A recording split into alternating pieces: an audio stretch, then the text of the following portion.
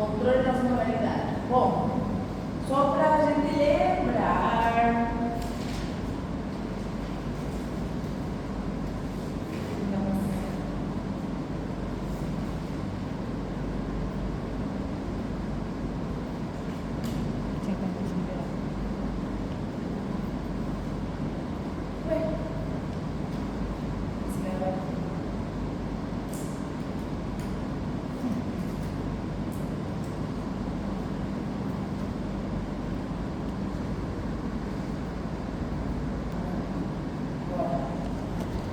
Bom, vamos começar. Controle das modalidades. Para isso, vamos lembrar o que é a osmolaridade. A osmolaridade estava dada pela concentração de solutos. Sim?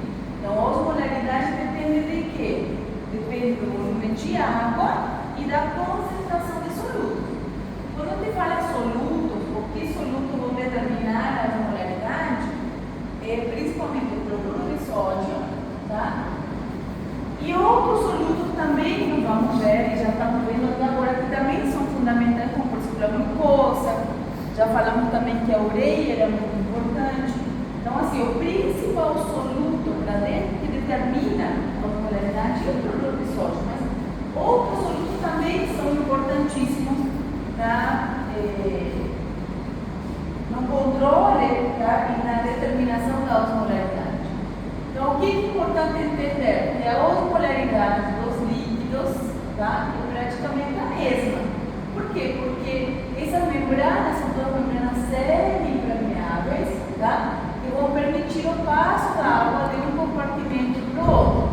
E o que faz a água se movimentar? A água não vai de onde tiver maior concentração de água a menor concentração de água, porque ela é sempre puxada pelo soluto, tá? Então, esse processo de movimento da água, que se chama osmose, é sempre aonde tiver mais soluto. Então, a água vai estar sempre se movimentando, sim? Até que, ou seja, o movimento de água, um dia você produz o movimento de água, até que a osmolaridade de um lado e do outro lado da membrana são iguais. Isso aí se entende, né? Então, o movimento, esse conceito tem o que ter. Sempre que eu tiver movimento de água, se eu tenho dois compartimentos, tá? Se eu tiver dois compartimentos e de um lado eu tenho muito soluto e do outro lado tem um pouco soluto, sim? A água vai se acumular em que compartimento? Compartimento A ou compartimento B? Onde eu vou ter mais água? No A. Por quê? Tem mais soluto, tá? Então, se eu colocar a mesma quantidade de água nos dois, eu vou ter movimento de água daqui para cá. Essa água aqui vai ir aumentando e aqui vai ir diminuindo. E em que momento para o movimento da água? Em que momento para de passar a água do B para o A? Como isso, até que a osmolaridade seja igual. Tá? Então, quando a osmolaridade seja a mesma, aí o movimento para. Isso mesmo. Então, conforme a isso, devo entender que nós temos líquidos, tá? Que podem ser isotônicos, hipotônicos e hipertônicos.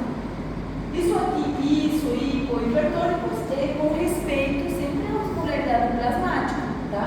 Então, qual seria a osmolaridade no líquido isotônico? Qual é a nossa osmolaridade?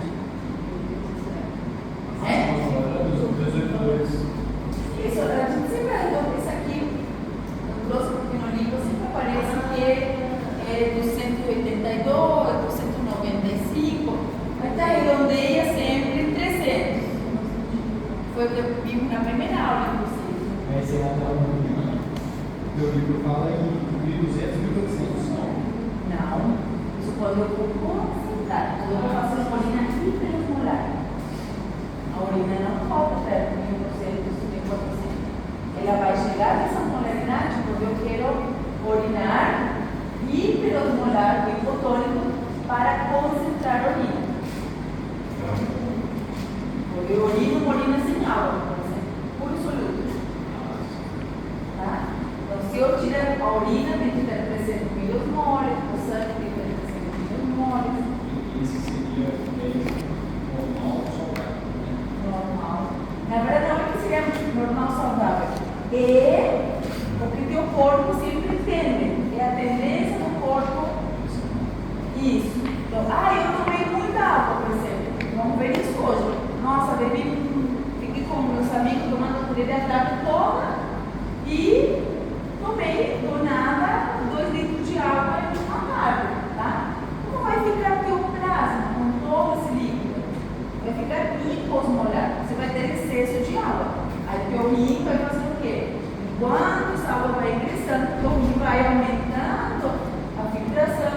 o rio vai formando urina aqui, vai formando urina aguada, ela se diz diluída. E essa daí é a concentração extracelular. O 200 pode ser a concentração da urina no máximo. Exato, da urina, isso mesmo. Então, por quê? Porque nós tentamos sempre manter o nosso plasma isosmolar, tá? Crescendo. Então, vamos ver que quem vai tentar sempre manter a polaridade do extracelular é o rim. Como? Aumentando ou concentrando ou diluindo a urina. Isso? Então, eu posso ter isso aqui que eu devo entender, que esse conceito de polaridade é a base para entender hidratação no paciente hospitalar, tá? Até mesmo em casa, tá? Se eu vou fazer tratamento ambulatório. Se eu pretendo hidratar meu paciente, daí eu quero fazer uma hidratação mais fisiológica, o que eu vou dar para tomar para o meu paciente, para tomar de oral?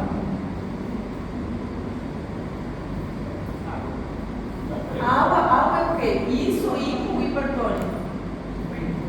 Hipotônico. Isso, por quê? Não tem soluto praticamente, né? Isso. E o que seria uma solução isotônica? É?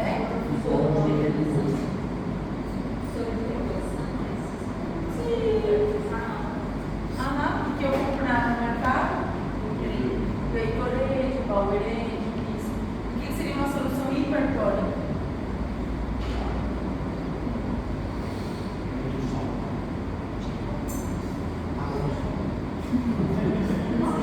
Uma coquinha, né?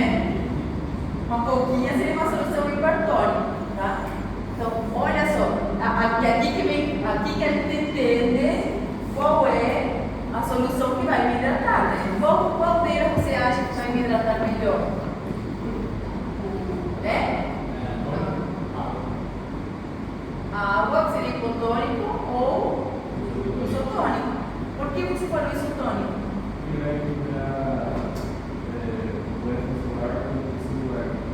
Isso, vai me hidratar na medida certa. Isso. O hipotônico vai hidratar também, né? Mas aí que vai. E não vai repor, né? Soluto. Mas o ideal é sempre hidratar ou com água ou com soluções isotônicas. No caso de perda, de solutos, com sempre é isotônica, né? Ótimo. Mas a hipertônica não. A hipertônica nunca hidrata. No caso de uma atividade física extrema, você usa o Sim, exato.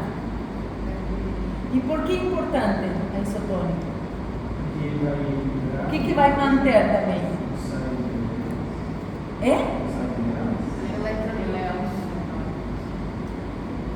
Pensem um segundo.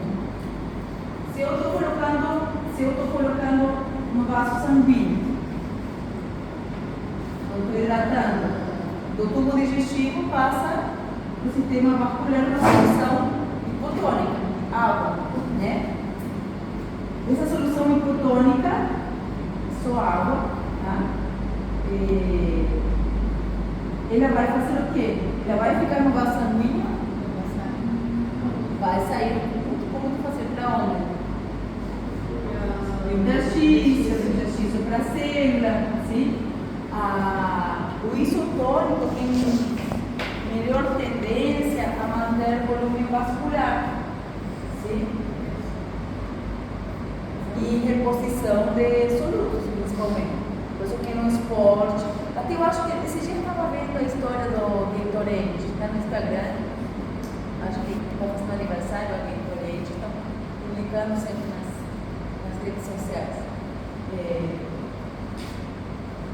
Acho que foi do futebol americano, foi um cara, não sei se eu já vou lembrar em que cidade nos Estados Unidos, que ele sempre via que os jogadores, depois dos treinos, desmaiavam, né? Depois das jogadas, eles caíam, exaustos, não pela perda de líquidos, não principalmente pela perda de soluto. Eles se hidratavam, mas a hidratação só com água não conseguia manter a pressão arterial e eles mesmo assim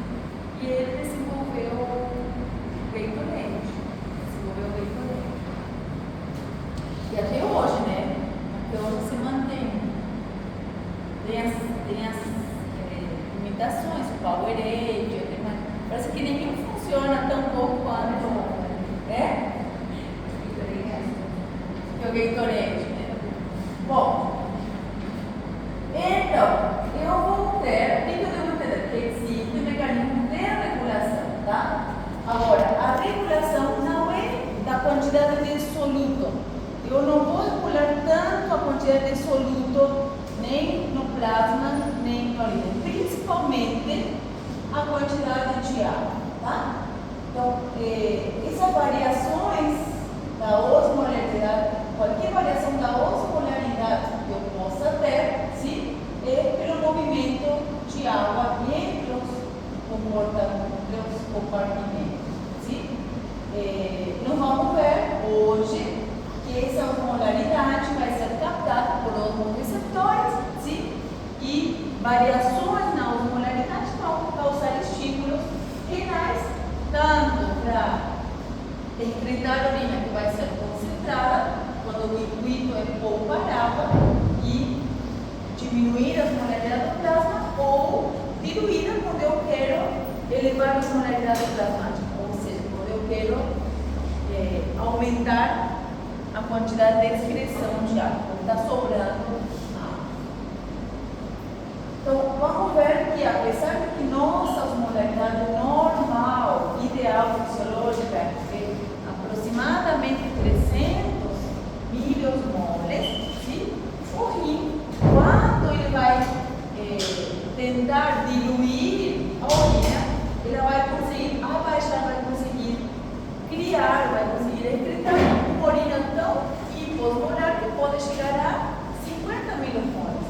Em sentido contrário, quando eu quero concentrar a urina, quando eu quero poupar água, diminuir ao máximo a pressão urinária, vou conseguir aumentar a osmolaridade da urina até 1%, 1.000%.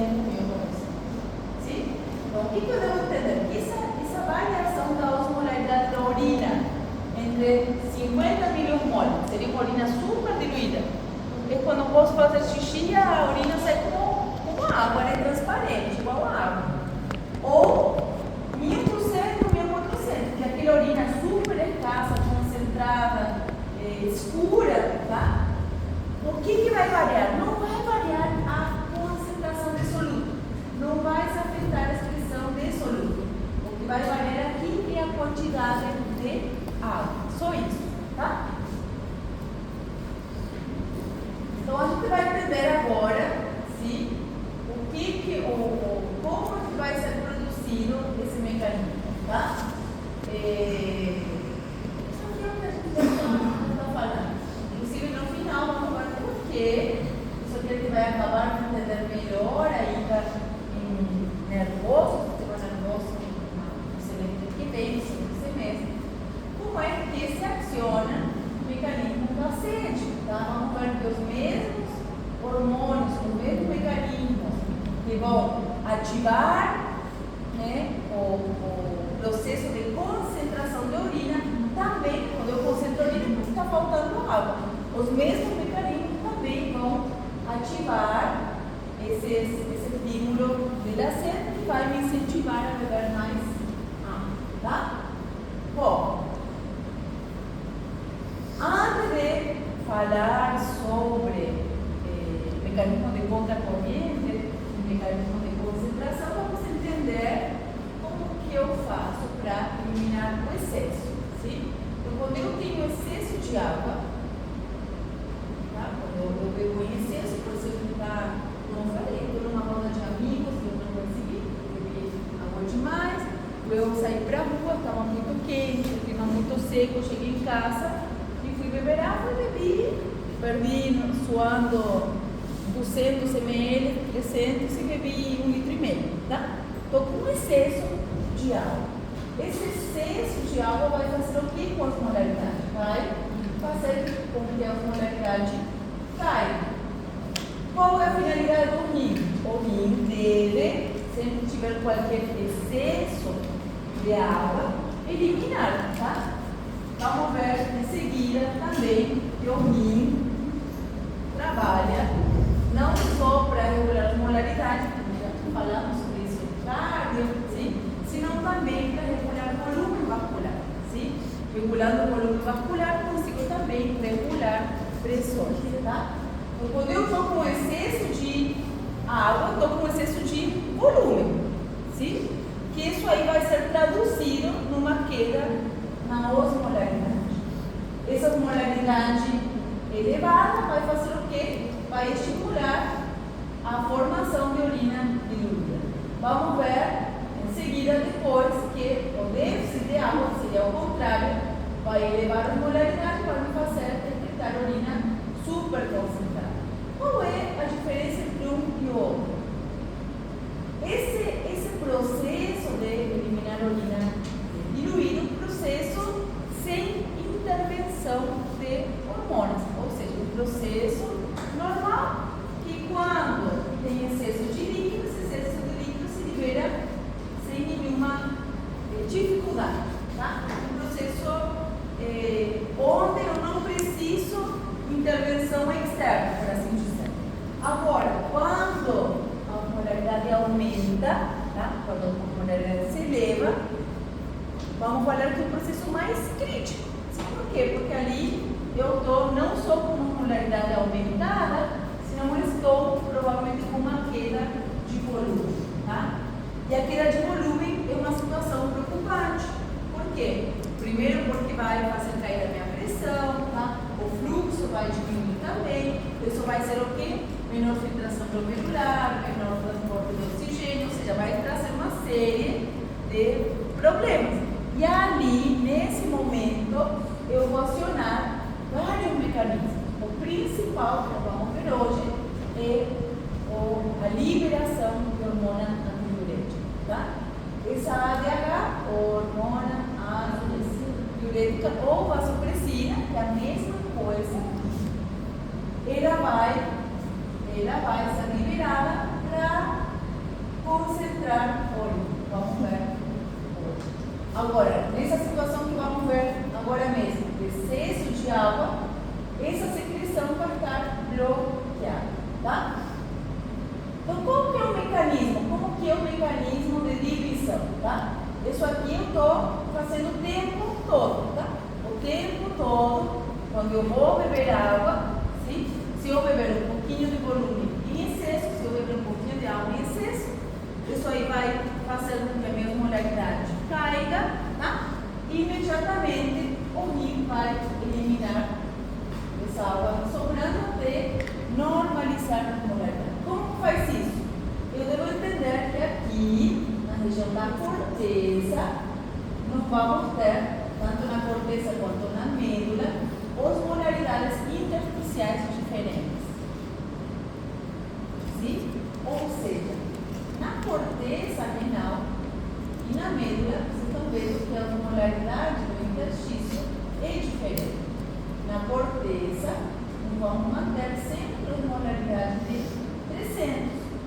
Então, seja qual for a osmolaridade desse produto, do filtrado glomerular, quando ele ingressa no túbulo, eu vou começar a reabsorver grande quantidade de cloruro de sódio, e essa saída do cloruro de sódio vai impulsionar a saída de água, tá? Agora, essa saída de água vai ser até que a água sai até igualar a osmolaridade, sim? Então, aqui na região da corteza, a água vai sair até manter a mesma osmolaridade. Vai ser quanto? 300, porque a osmolaridade da corteza é 300. Enquanto eu vou descendo pelo túbulo aqui, a água, com a osmolaridade aqui vai aumentando, a água vai continuar sendo reabsorvida. E o que mantém essa osmolaridade aqui em 600? Eu dobro, tá? O que mantém essa osmolaridade aqui mais elevada? Na medula renal. É essa reabsorção constante de cloruro de sódio. Lembre que toda essa porção ascendente, dita, coletor, é impermeável à água, tá? Todo esse setor aqui é impermeável à água. Então, essa saída aqui de cloruro de sódio e essa saída aqui são as responsáveis em manter a osmolaridade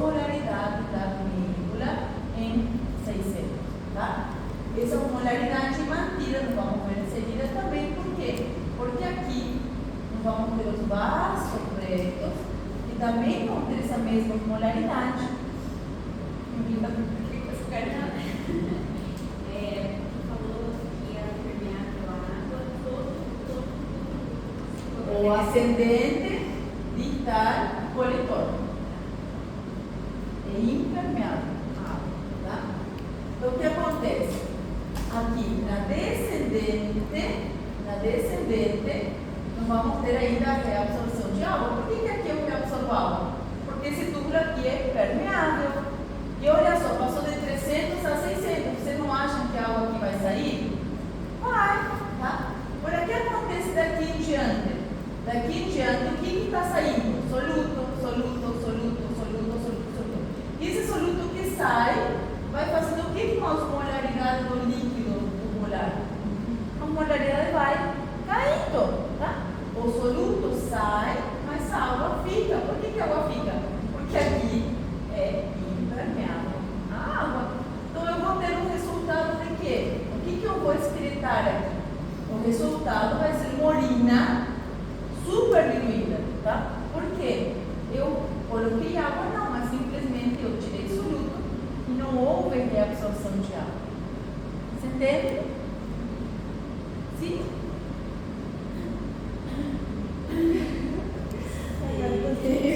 Ela olhou pra mim.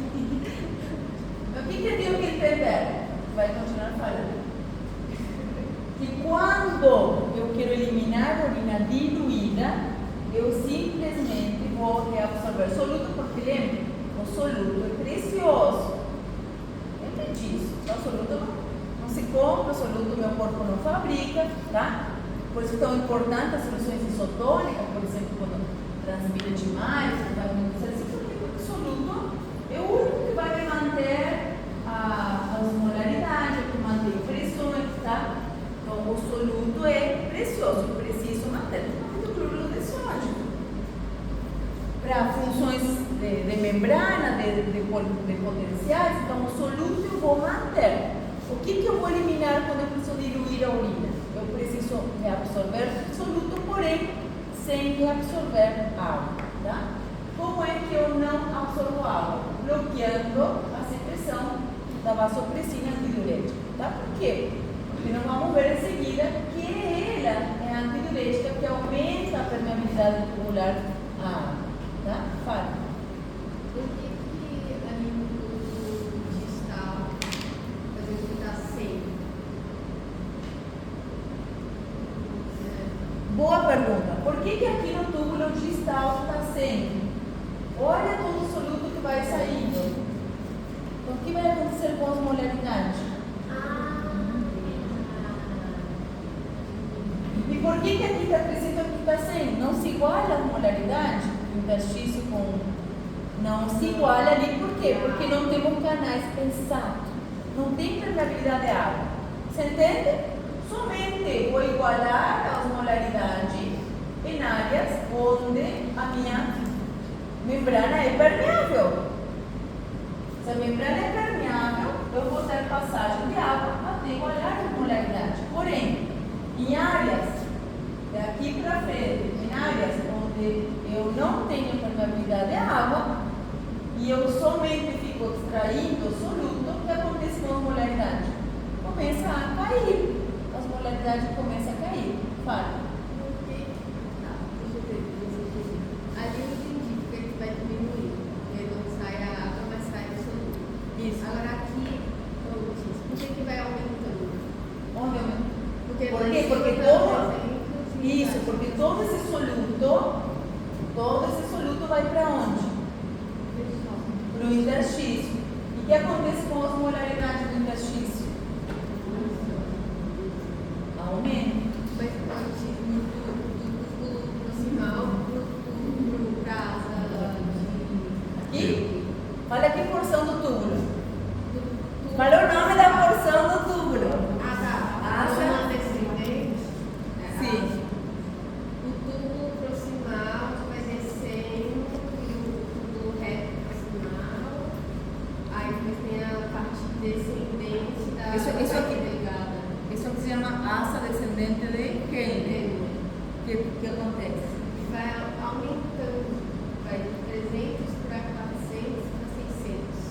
todo esse cloruro de sódio que tu está absorvendo aqui vai aumentar as molaridades da medula.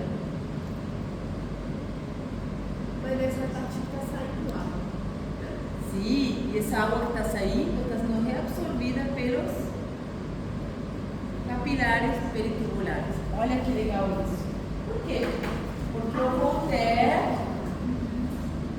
Essa é uma ótima pergunta. Porque a língua está saindo isso tudo. É uma ótima pergunta. Por quê? Eu entendi a tua pergunta. Tipo, aqui eu tô, vamos fazer assim mais simplificado.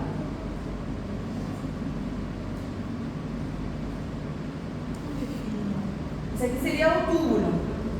Isso. Então, aqui o que acontece aqui? Aqui eu tenho saída de água. Vamos fazer primeiro sai, na ordem certa, primeiro sai o cloruro de sódio e água, tá? Aqui que vai sair. Por que sai água aqui? Por quê? A molaridade está maior. Por que a molaridade está maior? Então, você percebeu que na aula passada nós somente falamos do que sai e o que entra. Agora a gente vai entender melhor por quê, né? Porque nós aqui temos vasos peritubulares que fazem isso. Ou seja, imagina esse vaso peritubular aqui. Por outro lado, vamos entender todo o processo que acontece ao mesmo tempo. Por outro lado, nós temos o que fica saindo aqui. Isso, soluto. O que mais sai aqui? Sai muito soluto. O que mais sai? Sai soluto. Certo?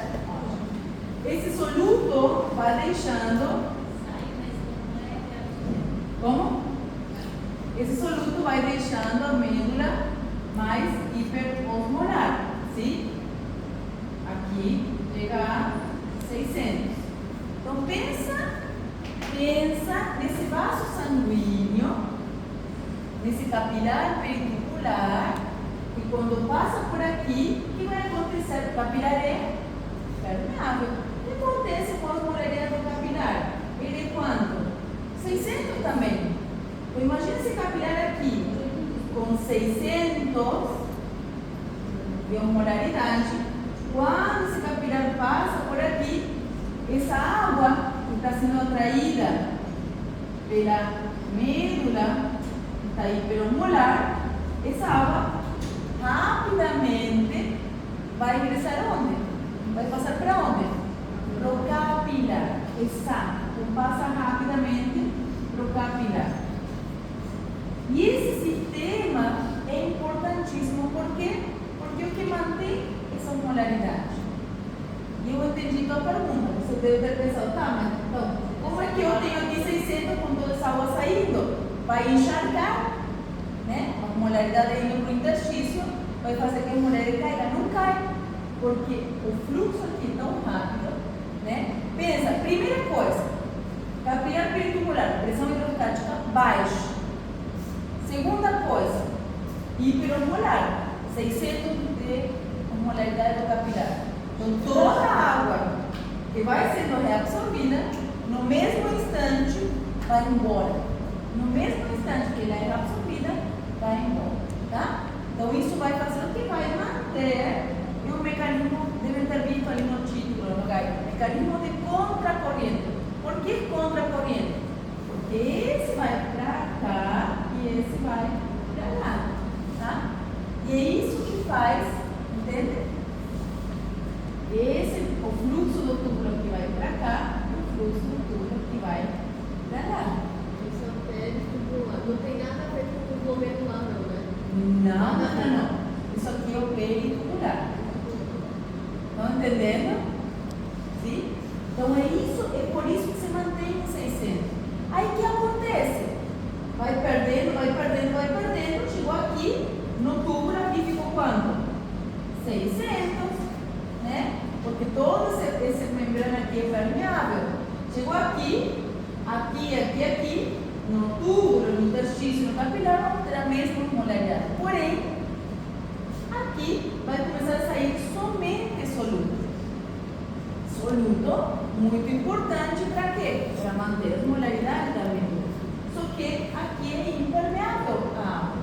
Vai ir perdendo até chegar praticamente a 100 aqui. Sim? Olha quanto ele perde, porque ele está perdendo o soluto. E a água, por que a água não sai? Porque toda essa porção do túbulo é impermeável à água. Chegou aqui, né, ele vai continuar perdendo o soluto, e a molaridade vai continuar caindo, tá? Até ele dar uma urina super hiposmolar. Você entendeu agora? Ótimo. Isso aqui é tão difícil de entender quando você lê a primeira vez. Esse mecanismo de corrente, ele é rápido, ao mesmo tempo que a pressão vai. Sim, mas esse mecanismo de contracorrente, não vamos ver, não é tão importante para diluir, porque isso aqui é normal, isso aqui é fisiológico. Não temos intervenção de nenhuma secção hormonal. O mecanismo contracorrente é fundamental para concentrar, que é aquele mecanismo que eu preciso acionar para elevar as molaridades aqui, não para 600, não vamos ver assim, senão para 1200. Tá? Não vamos ver agora. É ali que é o mecanismo mais importante, quando eu preciso concentrar a urina. Diluir a urina é fácil. Por quê? Porque isso aqui é impermeável, a medula se mantém sempre em 60, isso aqui é, para vocês entenderem, sem esforço nenhum. Tá? Isso aqui acontece sem intervenção nenhuma. A água que está em excesso simplesmente vai ser eliminada. Tudo que sobra se elimina. Sim? Eu não acumulo.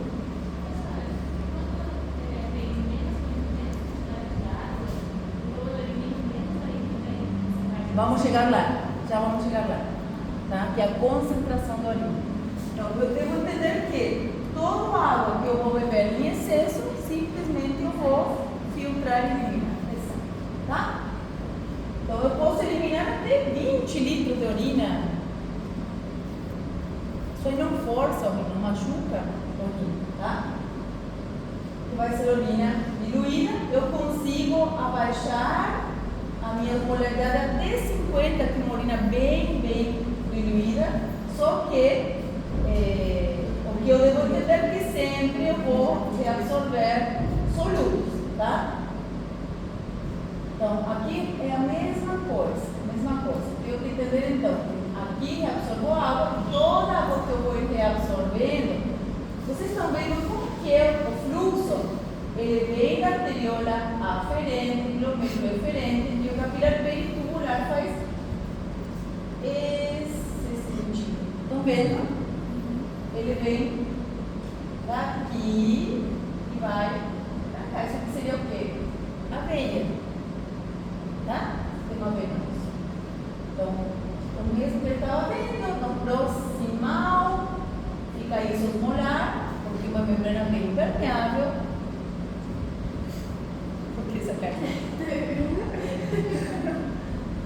Vocês já me conhecem, trago o mesmo com 3 ou 4 gráficos diferentes. Mas o que eu tenho que entender? Que no proximal vai ser sempre isosmolar. Por quê? Porque essa região do túbulo proximal, é permeável à água, a mesma coisa, ela está descendendo.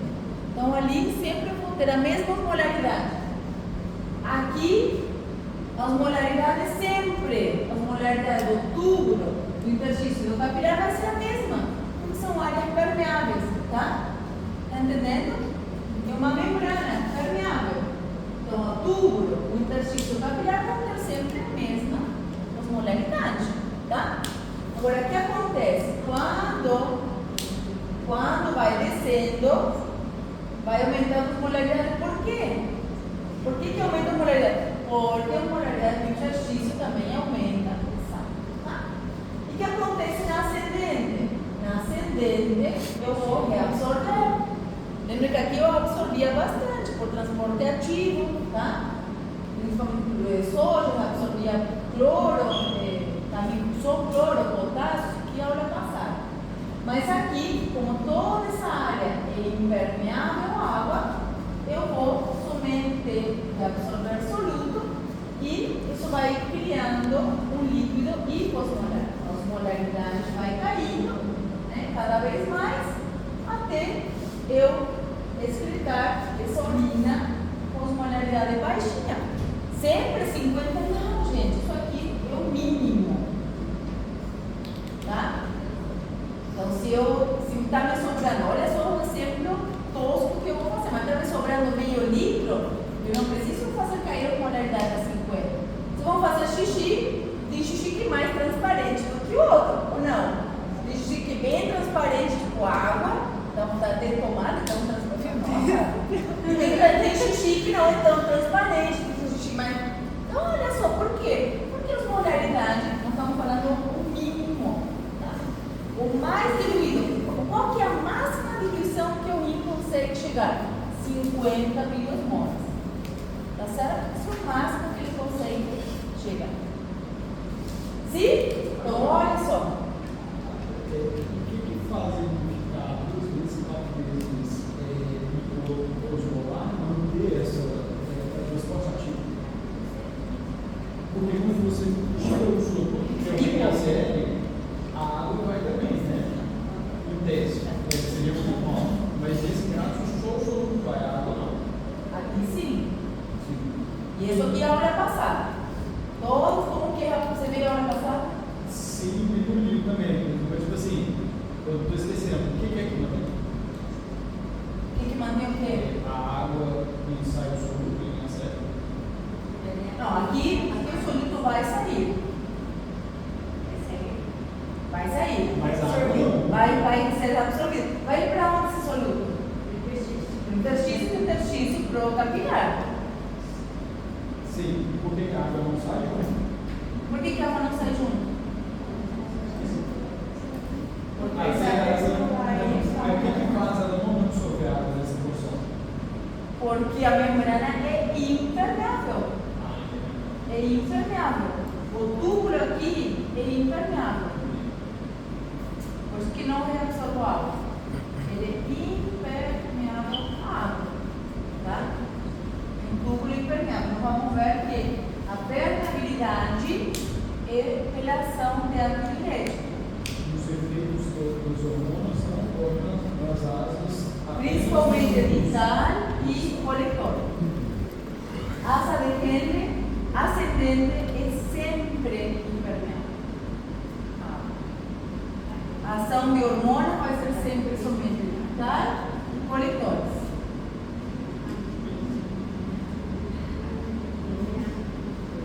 Por que não tenho? Por que essa parte aqui? E de repente fazer sentido, por que essa parte aqui eu não mexo? Partes proximais. Contorneado proximal e descendente. A regulação eu faço sempre aqui. Sempre que eu vou regular, inclusive diuréticos, medicamentos, tudo, a regulação fisiológica, angiotensina, aldosterona, onde vamos falar, já vimos, hoje vamos falar sobre ADH, eles agem onde? Aqui. Né? Porque aqui eu consigo mudanças na molaridade, mudanças no volume de excreção, para aumentar o volume vascular, aqui. Sim? Se eu mexer aqui, imagina, aqui eu vou reabsorver 80% da água do filtrado glomerular. Eu filtro 180 litros por dia, ou seja, 80% da reabsorção de cloruro de sódio e água acontece aqui, tá? Essa parte aqui nunca muda. Agora, esse restante, aquela porcentagem restante que eu deveria absorver aqui no nectar e coletores, ali que eu vou ter influência. Né? Influência hormonal, influência de medicamento, tá? Para aumentar a excreção, diminuir a excreção, para concentrar a urina, para diluir a urina, tá? Então, sempre a influência vai ser as porções distais. E tem que fazer sentido para vocês, por quê? Porque isso aqui eu não posso mexer. Isso aqui é para manter a vida, né? Imagina eu mexer, ter influência sobre aquela filtração de 80% de de água. Gente, eu filtro 180 litros, tá? Então, 80% até mais vai ser sempre reabsorvido aqui. Aquele restante que vai sofrer influência hormonal, tá? Só na parte distal que eu vou ter ação externa. Sim? Bom. Então, nessa parte distal pode acontecer com influência do medicamento hormonal, Claro. a diminuição ou algum aumento da absorção de solutos. Claro, por exemplo, aqui vai agir o quê? Por exemplo, o diurético de asa vão agir aqui, na asa de Henle, tá? Aqui no dental vão agir quem? Por exemplo, a hidroxiacidas, tá? Eles vão agir sempre, o diurético de asa é aqui. Se chama diurético de asa por quê? Porque age na asa de Henle. Que legal, né? Diurético, deve ter ouvido falar de diurético de asa, ou não? Não? Qual que é o diurético de asa? A furosemida. Aham. Então, olha só. Então, todas, sempre a influência vai ser daqui para lá. Daqui para cá, não se mexe. Tá? Não tem influência externa. É uma área permeável, tá? Onde todos os solutos vão difundir, lembra? Com difusão. Aqui que eu vou reabsorver 100% da glucose aminoácido, aqui que eu vou reabsorver a maioria do 65, 70, tem mais cloruro de sódio, aqui que eu vou reabsorver 80% do meu volume de água, sim? Tudo que eu vou querer mudar vai ser sempre nas porções distais, certo? Não vamos falar que tem ação no túbulo proximal, não. Sim? Um toque na cabeça. Bom, então esse aqui é o resumo. Urina diluída se reabsorve em forma contínua soluto. Não vai mexer na reabsorção de soluto. Solutos vão ser reabsorvidos normalmente. Mas o que acontece? Como eu não tenho ação de nenhum hormônio, aliás, não tenho ação hormonal, nenhum hormônio, todas as porções vão permanecer impermeáveis à água, o que vai fazer com que o líquido intratubular, o futuro xixi, a futuro urina, vai sendo cada vez mais hiposmolar até eu conseguir excretar uma urina bem diluída. Sim? Agora, o que acontece no contrário? O que acontece no sentido contrário? Quando eu estou com déficit de água, tá? Quando eu estou com déficit de água, seja a causa que for, pode ser tanto por pérdidas excessivas, tá?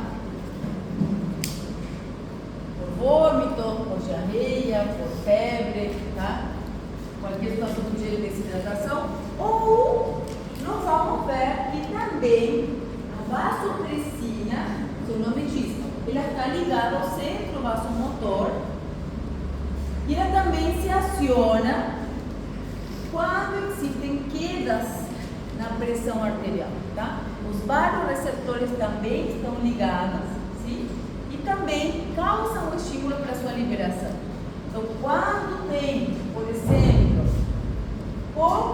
pouco ingresso de líquido, né? Quando nós vamos ver depois para não se dar mais para frente, mas quando tem perda de volume, uma hemorragia, além dos outros mecanismos, né? Simpático, hormonal, angiotensinadores, para tentar aumentar o volume vascular, também se aciona, por exemplo, a vasopressina para tentar concentrar a urina ao máximo e manter o volume. Esse negócio eu fico tudo. Como? Eu estou te apertando.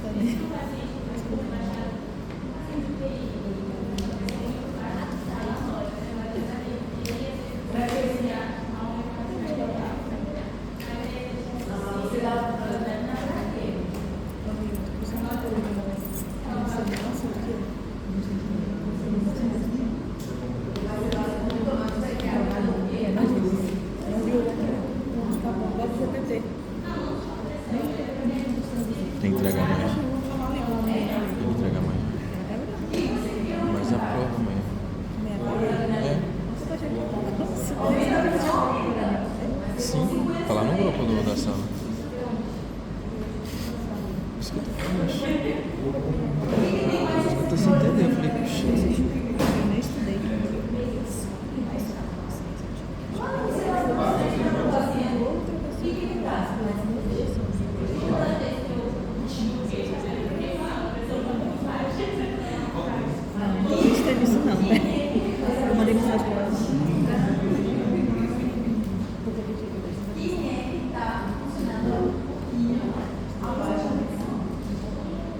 Gente, coração.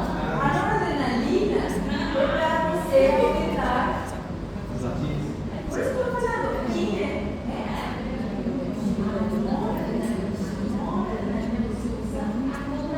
para melhorar, aumentar a força de combinação do coração. O coração reagiu, o coração está tendo uma volta de concentração. Tira na hora. Aí você faz tudo, né? Você ativa todo o sistema e a noradrenalina como neurotransmissor e a noradrenalina como hormônio.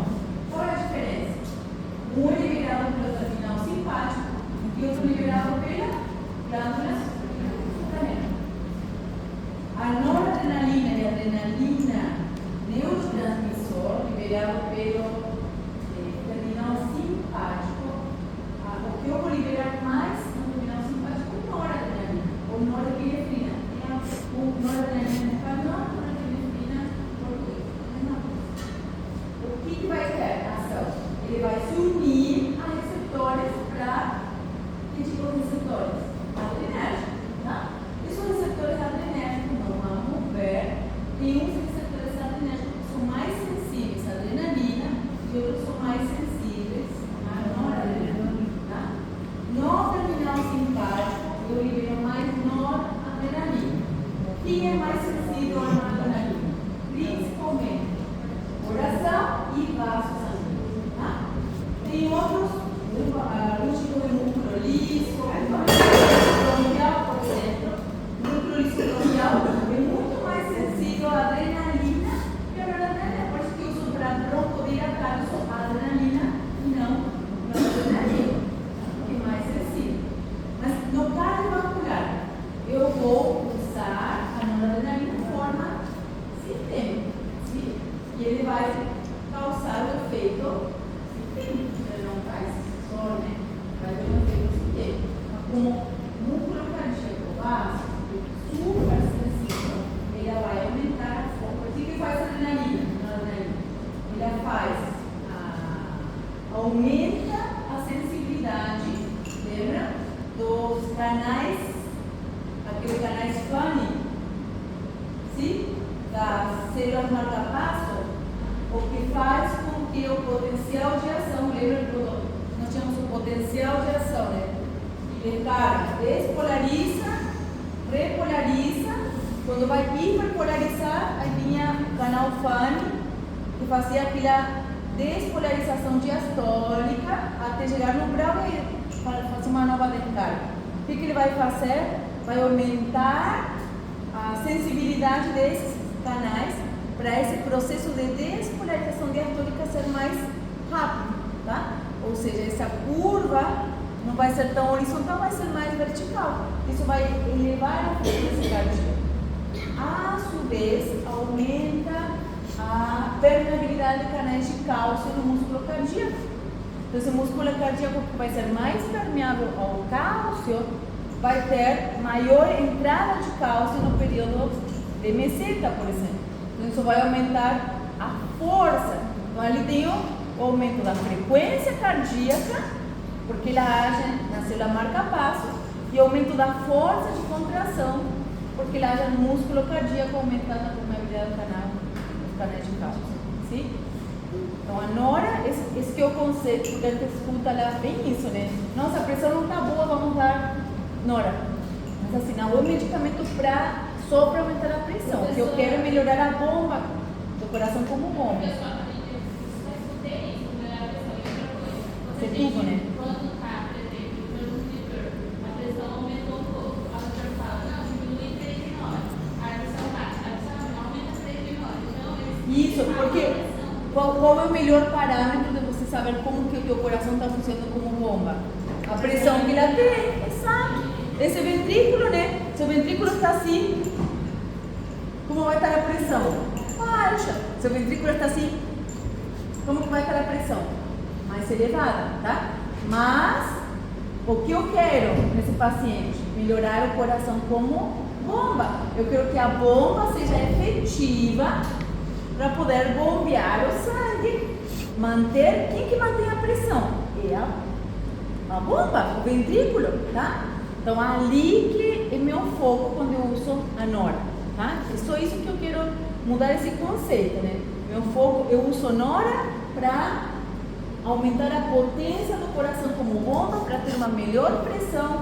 Se eu tenho uma boa pressão, tenho um bom fluxo sanguíneo, tenho uma boa perfusão periférica, uma boa oxigenação, tá? E eu uso a Nora até que o coração dele reaja, tá? Para evitar um processo de sepse, por exemplo. O coração tá assim, né? Aí você vai ter que usar para melhorar. A vasopressina, então, ela vai fazer a ação da permeabilidade da água. Agora vamos ver. Vamos lá. O que ela vai fazer? Nada. O que ela vai fazer? Ela vai aumentar a permeabilidade à água, tá? Onde? Aqui, principalmente no túbulo distales e coletores. Principalmente em qual? O coletor medular, tá? Então vamos ver que não conseguimos aumentar essa polaridade, aqui estava 50, não conseguimos aumentar essa polaridade até 1200, 1400. Uma questão importante é que eu não só aumento as molaridades. Por quê? Porque eu aumento as molaridades a expensas de um aumento grande na reabsorção de água. Então, a minha quantidade de água, a quantidade de água que eu vou urinar vai ser muito baixa. Tá? Vai ser muito baixa. Então, o que eu vou fazer? Eu vou aumentar meu volume vascular, sim? Porém, meu volume urinário vai cair. Aqui que vem uma questão importante. Sim? Eu preciso excretar mínimo meio litro por dia. Sim? Isso aqui é a função mínima glomerular. Eu vou conseguir concentrar urina, eu vou conseguir aumentar a molaridade, vou conseguir reduzir o volume de excreção, porém, tem um mínimo, né, que eu consigo urinar, aumentando a molaridade a 1200, 1400. Agora, menos do que isso, se eu urinar menos de meio litro por dia, já entro em insuficiência renal, tá? Então, o que aconteceria? Um paciente que está desidratado, por exemplo, está perdendo volume de forma exagerada, e eu não faço reposição de volume, ele vai ir acionando a ADH. Só que ele vai acionar a ADH vai ir reduzindo o volume urinário, concentrando a urina para tentar comparar. Mas se chega um momento, sempre falha. Você está falando de primeiro caminho perfeito, emocionante, mas eu não consigo guardar. O que eu posso? Essa parte não pode ajudar. Eu estou tentando, olha só, vou fazer uma confissão para vocês. Eu estou tentando simplificar ao máximo possível. Se você vai ler um livro é tão complexo, sabe qual que é a única matéria que eu não aprovei no final da minha carreira? Fisiologia. Sabe com que eu fui aplaçada? Com o mecanismo contracorrente. Tá? Eu fiquei com tanta raiva que eu cheguei, naquela época não tinha YouTube, não tinha internet para você ler, era só livro, né?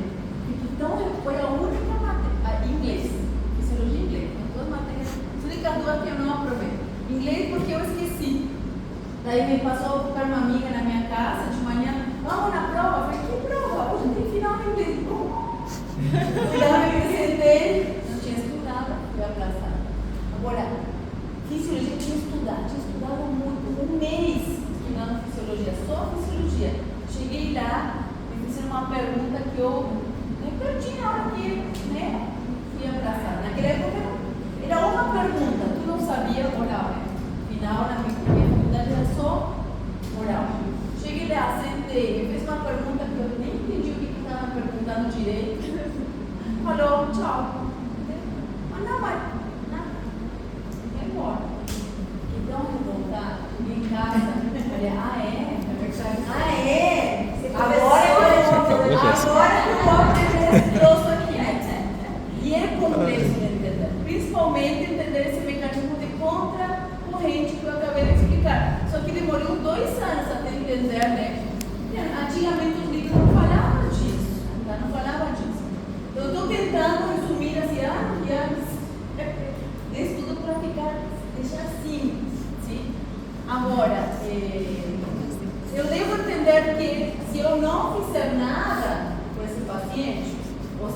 esse paciente não fizer nada por ele mesmo, ele não se hidratar, e isso aqui se manter, chega uma hora que eu vou começar a reduzir o filtrado glomerular, né? A pressão vai começar a cair, vai começar a reduzir o filtrado, e esse volume vai começar a cair, o paciente vai entrar em insuficiência renal, e isso aí pode levar a lesões irreversíveis do glômerulo. Então, olha só aqui o que acontece. O que acontece aqui? Nós vamos ter que eu vou ter um filtrado glomerular e aqui sempre com a osmolaridade da medula é quanto? Da medula não, da corteza é 300. Assim que ingressa o líquido tubular, ele vai igualar a osmolaridade. Até aqui não muda nada. Por quê? Porque lembra que eu falei, aqui não tem mudança.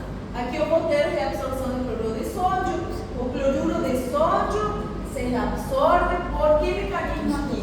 Difusão. Ele vai simplesmente difundir do interior do túbulo para fora, tá? Até igualar concentrações. Essa água vai junto com a reabsorção de cloruro de sódio, vai sair grande quantidade de água, mas quando chega no interstício, quando chega na medula, acontece aqui uma coisinha diferente. E o que é diferente aqui? Aqui está no slide mais para frente. Aqui acontece uma questão, até eu vou ver aqui mais para frente, está mais para frente aí, que esses glomérulos que conseguem concentrar, essas nefronas que conseguem concentrar a medula no centro, não são todas. Isso que acontece somente, ou principalmente, nos glomérulos, nas nefronas justamedulares. Lembram quais são as justamedulares? São que estão entre a corteza e a medula. Nós tínhamos glomérulos que estavam na corteza, com seus túbulos na corteza, e tínhamos outras nefronas que estavam aqui, onde o túbulo vital estava na corteza, mas a asa de pele penetrava em profundidade na medula, tá? Essas nefronas justamedulares, que representam mais ou menos 25% de todas as nefronas, são as que conseguem concentrar essa região profunda da medula, tá? Como que elas conseguem fazer isso? Primeiro que um longo caminho de reabsorção de água, ou não? Eu vou absorver água mais. Em que nefrona vocês acham que eu consigo reabsorver mais água? Nessa nefrona ou nessa nefrona? É nessa, né? Nessa aqui eu consigo. Por quê? Olha o percurso. Sim? Quanto mais longo o túbulo, mais longo o caminho de reabsorção de água. Então, olha só, aqui eu vou conseguir reabsorver cloruro de sódio, água, até chegar na medula. O que acontece na medula renal? Aqui, nesse setor, onde normalmente eu tinha uma osmolaridade de 600, sim? Normalmente, eu vou conseguir, aumentando a permeabilidade ao cloruro de sódio, principalmente a ureia, já vamos chegar lá, ir aumentando a osmolaridade até chegar a 1200. Quem é que faz isso aqui? A hormona antidiurética, tá? Então, quando já vamos chegar lá, quando eu tenho um aumento da osmolaridade do sangue, quando o volume sanguíneo está baixo e quando a osmolaridade aumenta muito, vou liberar hormona antidiurética. Essa vasopressina vai ser liberada e ela vai se unir a receptores, a receptores de membrana tubulares que vão deslocar a aquaporina do citoplasma para a membrana, tá? Também a vasopressina aumenta muito a permeabilidade à ureia, tá? Tanto no coletor quanto na asa de pele. Essa ureia que vai ser absorvida, que vai passando para o interstício, ela vai passar para o interstício, mas rapidamente vai difundir para a asa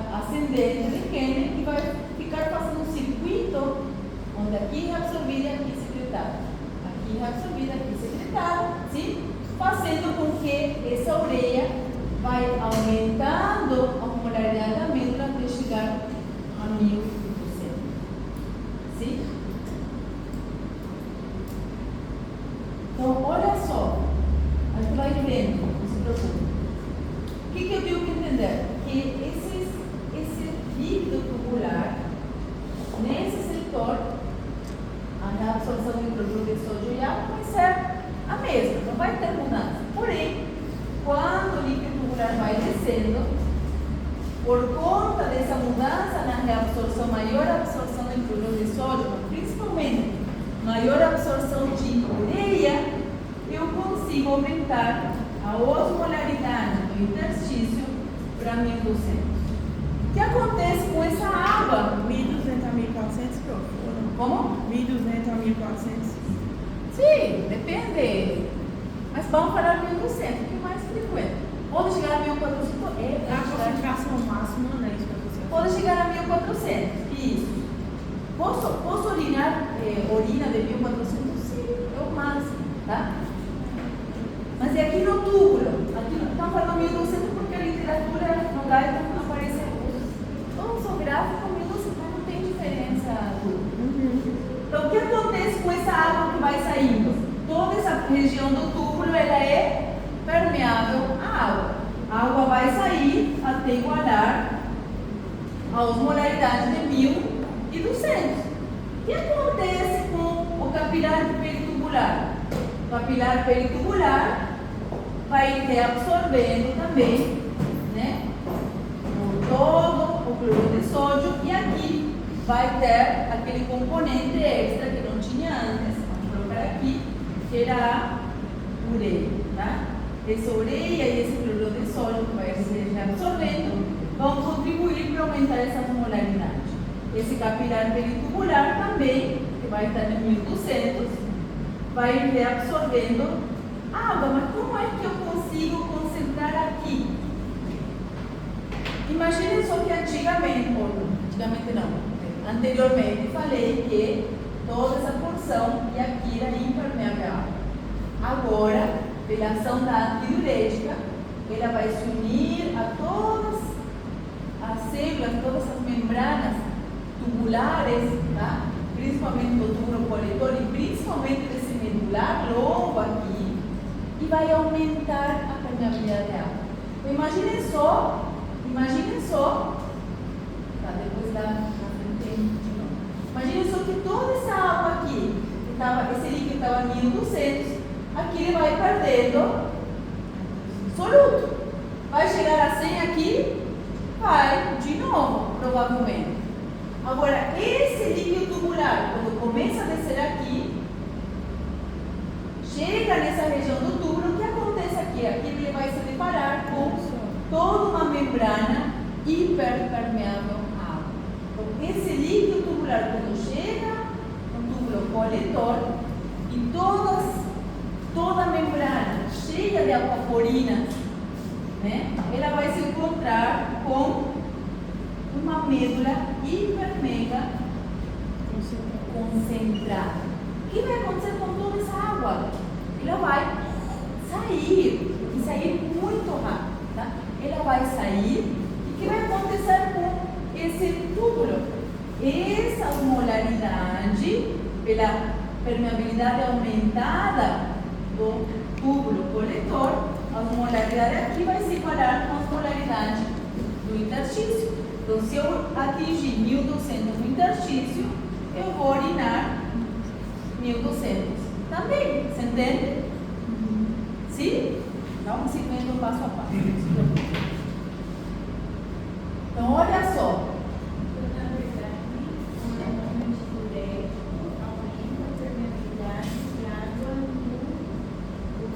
Principalmente no coletor. Isso. E principalmente no medular. Então, imagina só, por isso que acontece nessa nefrona, na justa medular. Sim? Aqui, não, tá? Então, imagina só todo esse coletor permeável. Imagina esse trajeto. Imagina esse trajeto permeável. Imagina se toda essa medula hiperosmolar.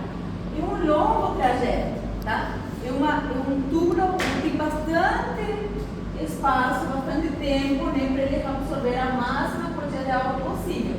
E ela vai equiparando a molaridade até chegar aqui no fundo, onde é mais hiperosmolar. Quanto mais profundo, maior a osmolaridade. Por quê? Porque maior concentração de, vamos ver, de ureia, tá? Maior concentração de ureia. Tá? Depois a gente vai lá. Fala.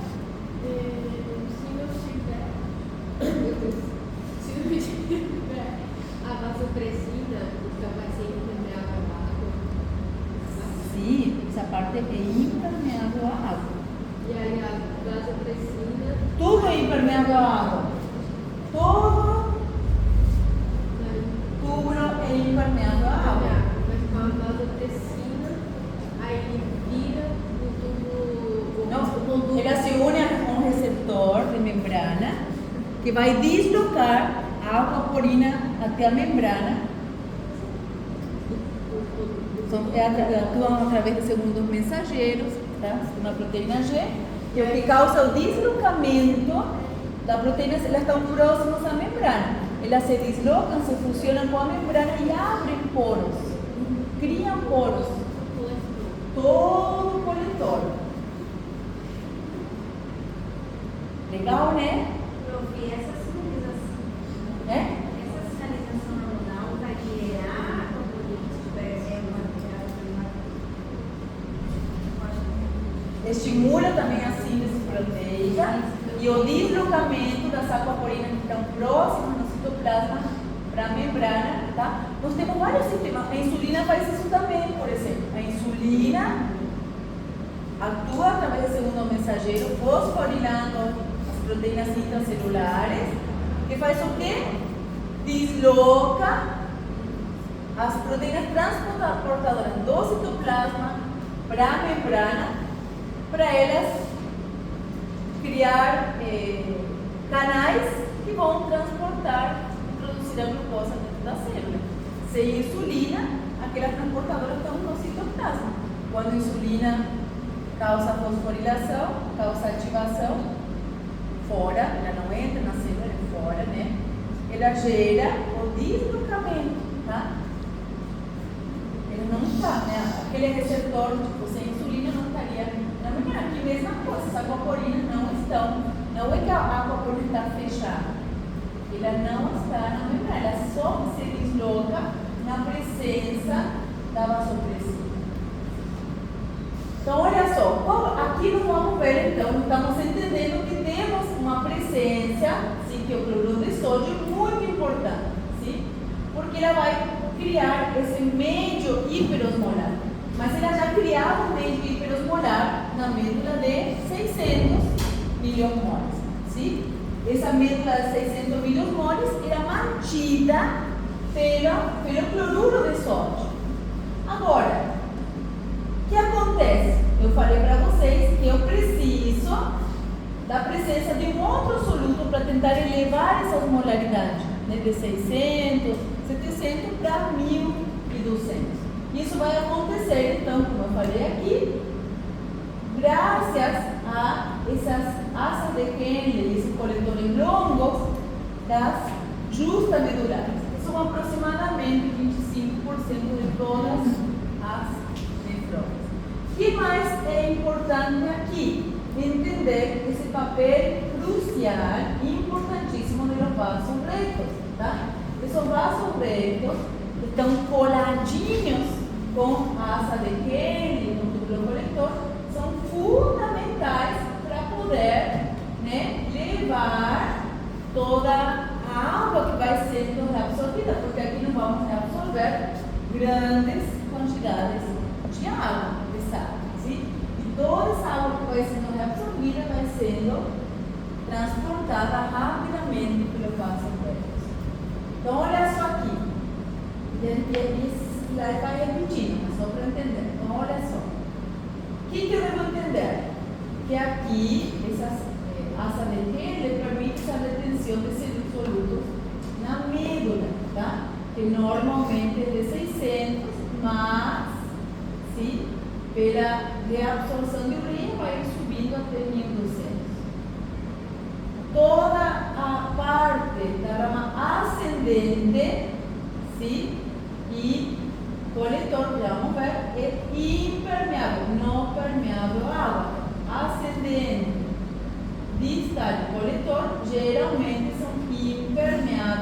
água. E também a ureia, tá? Geralmente aqui eu não consigo absorver nem água nem ureia. O que é importante aqui? Que eu vou ter, então, um aumento, eu devo criar um aumento de concentração de solutos na medula para poder elevar essa molaridade a 1200. Sim? Então, ali o que eu vou ter? Isso aqui é o passo a passo. Nessa região, eu vou ter um transporte ativo, lembra que aqui é só transporte ativo, como tinha bolinho, transporte ativo de cloreto de sódio, também de potássio, tá? Toda essa reabsorção de solutos vai contribuindo para aumentar a osmolaridade. E aqui o passo a passo, vamos entender. Então, olha só. A água vai saindo até aqui, normal, tá? Só que aqui, quando eu crio essa medula hiperosmolar, começa a sair muito mais água até igualar a osmolaridade. Vou ter a mesma osmolaridade no túbulo, no interstício e no vaso reto. Enquanto vai acendendo, eu vou reabsorvendo grande quantidade de soluto. E isso aí esse soluto vai se introduzindo na medula, que é responsável para manter a osmolaridade, e dentro do túbulo, como essa porção que ela continua sendo impermeável, né? Dentro do túbulo, a osmolaridade cai. O que acontece com a ureia? Aqui eu vou ter, no início, grande reabsorção de ureia. E essa ureia vai ir se acumulando no interstício, contribuindo para esse aumento da osmolaridade. Sim? Então eu vou ir aumentando pouco a pouco. E acho que esse aqui também está no guide, por isso que eu coloquei. Isso aqui para você entender que pouco a pouco, aos pouquinhos, que não é assim de uma hora para outra, né? Que passa de uma